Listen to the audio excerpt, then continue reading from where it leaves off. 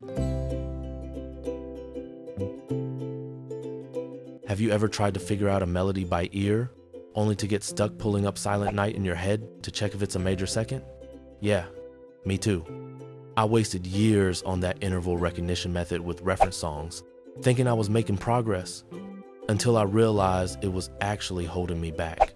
For years, I drilled intervals like everyone says to, but when it came to transcribing real melodies, it just didn't click. Turns out, I'm not alone. In this video, we'll dive into why the popular interval recognition method using reference songs might be doing more harm than good for your ear training, and what better alternatives can supercharge your melody skills. Stick around to learn how switching to scale degree thinking, or I call it comparing every notes to do, transformed my music game and could do the same for yours. If this sounds familiar, hit that like button now and subscribe for more ear training tips. Let's break down how this method works. You associate each interval with a famous song snippet like Somewhere Over the Rainbow for an octave.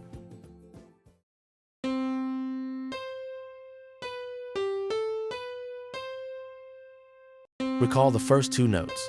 They are an octave apart.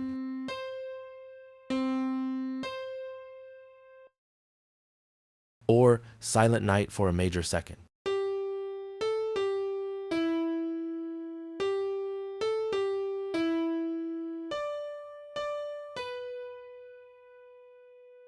Recall the first two notes, which are separated by a major second. Once you've memorized the first two notes of these two reference songs, let's try the interval recognition exercise. Select major second and octave for ascending intervals, and then let's get started. Silent Night. Somewhere Over the Rainbow. Somewhere Over the Rainbow in a different key. It's very easy, and you can try it out by yourself even if you've never done this before. You can download our app to try it. The interval recognition feature is completely free. For the other intervals, start by looking for them in your favorite songs. It's a fun way to remember. If you're not sure where to begin, there are many websites that list helpful interval reference songs.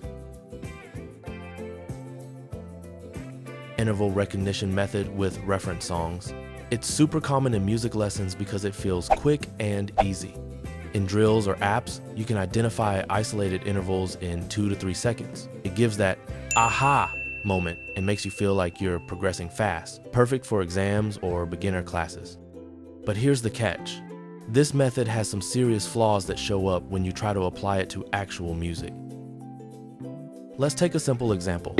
I'm trying to figure out the melody do, re, mi, so in the key of C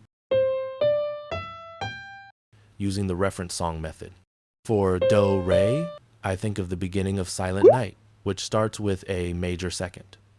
For re, mi, it's the same Silent Night again, another major second. Then for mi, so, I switch to Greensleeves, which has a minor third. This is an incredibly easy melody. Honestly, even someone who isn't a trained musician could probably sing it correctly just by knowing their solfege within an octave. Yet the reference song method makes it unnecessarily complicated. Let's see what's actually going wrong here. First, let's look closer at the reference songs themselves. In Silent Night, those two reference notes for major second are actually from so to la in the song's key. In Greensleeves, the reference notes for the minor third are from la to do. So the scale degrees don't match the melody we're trying to figure out at all. Here's what happens in practice.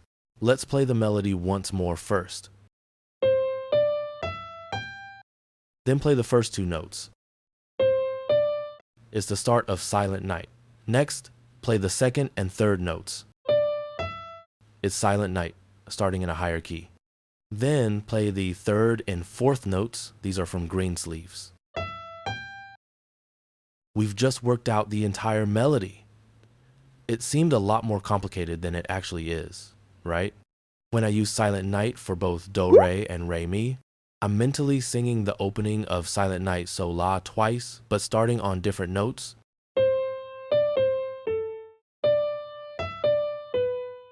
Which means I'm briefly imagining it in two different keys.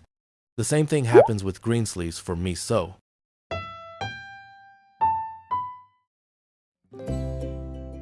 This constant key switching disrupts the stable feeling of the original melody's tonic. The biggest problem is the mismatch in scale degrees. When you recall a reference song, you're not just remembering the raw interval, you're also remembering those notes' functions, their scale degrees, in the reference song's key. You're even establishing a temporary sense of tonic from that song. Since those scale degrees don't align with the melody you're transcribing, you end up confusing your sense of the tonal center. Your brain keeps jumping between different home notes instead of staying anchored in the actual key of the melody. On top of that, every reference song has its own tempo, groove, texture, emotion, and style, completely different from the melody you're trying to hear. This adds even more mental clutter. I'm not saying the method can never work at all, it can get you there eventually. But the process is slow, and it keeps pulling you out of the musical feeling of the melody you're working on. By the time you've pieced together a short phrase, you've mentally visited several different songs in different keys, and you've probably lost the overall feel and flow of the original melody. That's why, for real melodic transcription, relying on reference songs often does more harm than good. Music moves fast. Recalling a song for each interval takes too long. By the time you've thought of Silent Night, the melody's already on to the next part. This method shines in slow drills, but flops in real-time listening or transcription. Worse yet, it can block your natural skills. If you've already got tonal basics down, forcing interval thinking slows you down. And if you don't have those foundations like singing scales fluently, interval drills just lead to frustration no matter how many years you practice. So if intervals are so problematic, what's the fix? Let's talk alternatives. Switch to thinking in scale degrees.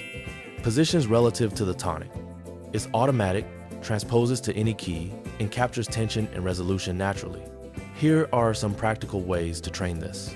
If you're a complete beginner with no tonal foundation, don't start with intervals. First, internalize tonal structure, sing major and minor scales every day, feel the tonic as the home base, and get a sense of stable versus unstable notes. For intermediates who already have some tonal understanding, focus on recognizing scale degrees in melodies. Or two of my classmates called it comparing every note to do. It was a light bulb movement for me. When you hear a note, ask yourself, what degree is this relative to the key? Use interval recognition only as a backup check, not the main way. The best practice? Start with some simple exercise from books, your teachers, your friends, or melody dictation app. Or transcribe actual melodies by ear, start with ones you kinda know, then move to unfamiliar stuff. No hunting and pecking on your instrument, force your brain to hear it naturally. It is because using instrument to figure out melody is another technique and much easier for most musicians. I wouldn't say interval recognition is completely useless, but you better don't use the reference song method to remember them. You can study intervals by their emotional qualities. A perfect fifth feels open and hollow. A minor third sounds mournful. A tritone is pure tension. Or practicing singing the intervals based on scale degree. This transfers way better than reference songs. These methods work because they go with how our brains actually process music, not against it.